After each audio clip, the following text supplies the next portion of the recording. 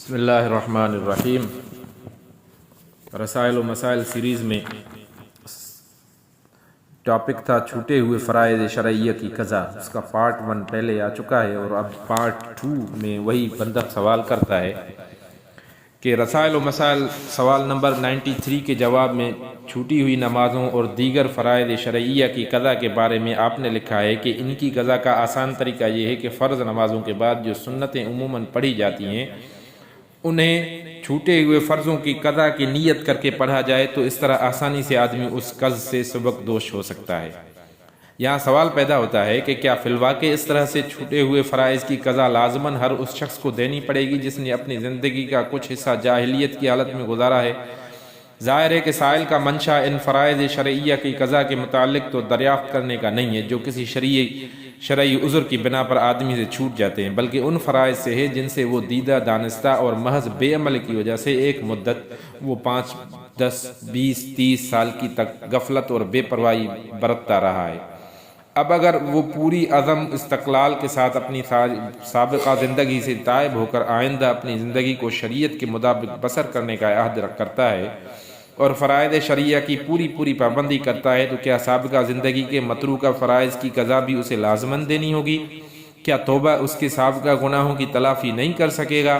اگر ایسا نہیں ہے تو پھر توبہ کا مصرف کیا ہے؟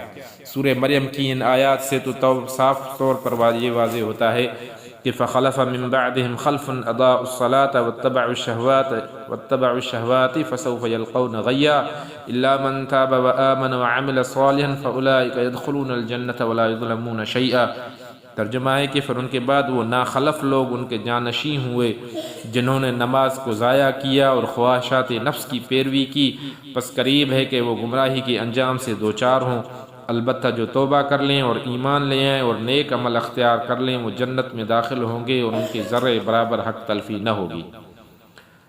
یہی نہیں بلکہ قرآن پاک کی اکثر دوسری آیات اور احادیث نبویہ سے بھی یہی واضح ہوتا ہے کہ التائب من الذنب کمن لا ذنب لہ، کہ گناہ سے توبہ کرنے والا ایسا ہے جیسے اس نے گناہ کیا ہی نہیں۔ سنن ابن ماجہ ابواب الزہد باب ذکر التوبہ حدیث نمبر 5250۔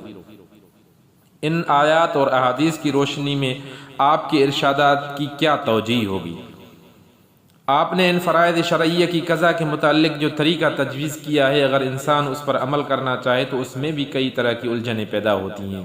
سنتیں پڑھنے کا مقصد یہ ہوتا ہے کہ فرضوں کی بجا آوری میں آدمی سے جو کوتاہیاں ہو جاتی ہیں ان کی تلافی سنتیں اور نوافل پورے کر سکیں۔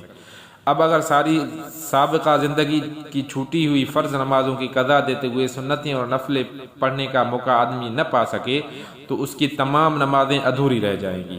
یہی معاملہ روزوں اور زکوٰۃ وغیرہ کا بھی ہے۔ ظاہر ہے کہ جس شخص نے بلوغت کے بعد اپنی عمر کے 20-25 سال حالت جاہلیت میں گزارے ہیں، وہ اگر آپ کے تجویز کردہ طریقے کے مطابق ان کی قضا دینا بھی چاہے تو وہ نہ اس سے کما حق عہد برا ہو سکتا ہے اور نہ اس پر مطمئن ہی ہو سکتا ہے۔ پھر یہ بھی تو معلوم نہیں کہ اس کی بقیہ زندگی کتنی رہ گئی ہے۔ رہے بڑے دیندار گھرانوں کی نئی نسلیں بھی میرے خیال میں اس مسئلے کا تعلق قریب ہر مسلمان سے ہے، اس لیے کہ مسلمانوں کی موجودہ حالت کے پیش نظر عوام تو ایک طرف رہے بڑے دیندار گھرانوں کی نئی نسلیں بھی اس بے عملی میں مبتلا ہیں۔ اب اگر کوئی شخص اپنی زندگی اسلامی سانچے میں ڈھالنے کا عزم کرے تو آپ کے اس جواب سے اس پر بددلی اور مایوسی طاری ہو سکتی ہے۔ براہ کرم اس کی مزید وضاحت فرما کر مشکور فرما دیں۔ یہ ٹوٹل سوال تھا جو اسی بندے نے کیا ہے۔ مولانا مودودی صاحب جواب میں فرماتے ہیں کہ پہلے سوال کا مختصر جواب یہ ہے کہ پہلے میں خود بھی یہی خیال رکھتا تھا کہ جاہلیت کی حالت میں جو نمازیں قصداً یا غفلت سے چھوڑی گئی ہیں اس کے لیے صرف توبہ کافی ہے اور ان کی قضا واجب نہیں، لیکن تحقیق کے بعد یہ معلوم ہوا ہے کہ اگر آدمی کافر نہ تھا، صرف جاہلیت اور غفلت کی بنا پر تارک نماز رہا تو اس کے لیے صرف توبہ کافی نہیں ہے بلکہ پچھلی نمازوں کی قضا بھی کرنی چاہیے۔ ابن تیمیہ نے اس مسئلے پر بحث کرتے ہوئے یہ اصولی بات بیان کی ہے کہ توبہ کے ساتھ ساتھ سابق کی تلافی اور آئندہ کے لیے اصلاح دونوں چیزوں کی ضرورت ہے۔ اگر کوئی گناہ ایسا ہو جس کی تلافی کے امکانات ہی نہ ہوں تو بات دوسری ہے۔ اس صورت میں توبہ اور ندامت اور شرمساری کافی ہو سکتی ہے۔ لیکن جن گناہوں کی تلافی ممکن ہو اس پر توبہ کے ساتھ تلافی کیے بغیر کام نہیں چل سکتا۔ مثلاً کسی کا قرض آپ کے ذمے تھا اور آپ نے مدتوں اسے ادا نہ کیا، تو اب اس گناہ کی معافی صرف توبہ سے نہیں ہو سکتی بلکہ وہ قرض ادا کرنا بھی اس کے ساتھ ناگزیر ہے۔ رہا یہ سوال کہ سنتیں فرائض کے نقائص میں جو جبر کسر کا کام کرتی ہیں یہ تو قضاء فوائد کی صورت میں نہ ہو سکے گا، تو اس کا جواب یہ ہے کہ قضاء فوائد کا ثواب انشاءاللہ یہ کسر پوری کر دے گا۔ آدمی کا پچھلے گناہ پر نادم ہو کر اس کی تلافی کے لیے کوشش کرنا اپنے اندر ایک زائد ثواب رکھتا ہے۔ بقیہ عمر کتنی رہ گئی ہے اس کی تو آدمی کو خبر نہیں ہو سکتی، لیکن جس وقت بھی آدمی تلافی مافات شروع کر دے اللہ تعالیٰ اس کی قدر فرمائے گا، اور اگر تمام مافات کی تلافی کرنے سے پہلے اس کی اجل آ جائے تو امید ہے کہ اللہ کے ہاں اس کی یہ کوشش اتنی مقبول ہوگی کہ اللہ تعالیٰ خود ہی اس کے مافات کو معاف فرما دے گا۔